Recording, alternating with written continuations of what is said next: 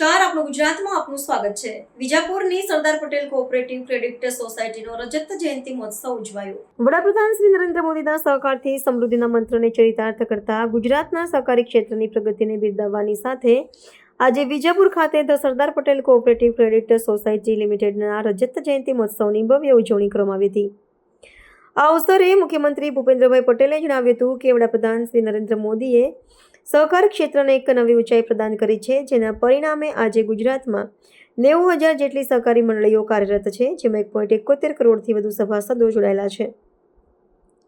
મુખ્યમંત્રીશ્રીએ ભારપૂર્વક જણાવ્યું કે આજે જ્યારે ભારત સરદાર પટેલની 150મી જન્મજયંતિ અને વર્ષ 2025ના વર્ષને આંતરરાષ્ટ્રીય સહકારી વર્ષ તરીકે ઉજવી રહ્યું છે, ત્યારે આ રજત જયંતિ મહોત્સવની ઉજવણી એક સુભગ સંયોગ છે।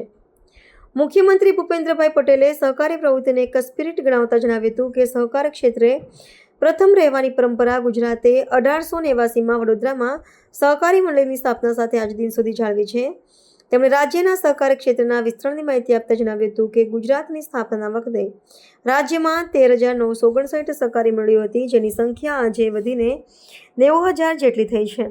ખાસ કરીને ક્રેડિટ સોસાયટીના મહત્વ પર પ્રકાશ પાડતા તેમણે જણાવ્યું કે આજે રાજ્યમાં 6,400થી વધુ ક્રેડિટ સોસાયટીઓ કાર્યરત છે, જેનો 35 લાખથી વધુ સભાસદો લાભ લઈ રહ્યા છે। આ પ્રસંગે the Sardar Patel cooperative credit society લિમિટેડના ચેરમેન શ્રી V.N. પટેલે સ્વાગત પ્રવચન કર્યું હતું। આ ભવ્ય રજત જયંતિ મહોત્સવમાં મહેસાણા લોકસભાના સાંસદ શ્રી હરિભાઈ પટેલ, રાજ્યસભાના સાંસદ શ્રી મયંક નાયક, વિજાપુરના ધારાસભ્ય ડૉક્ટર C.J. ચાવડા, ખેરાલુના ધારાસભ્ય શ્રી સરદારભાઈ ચૌધરી,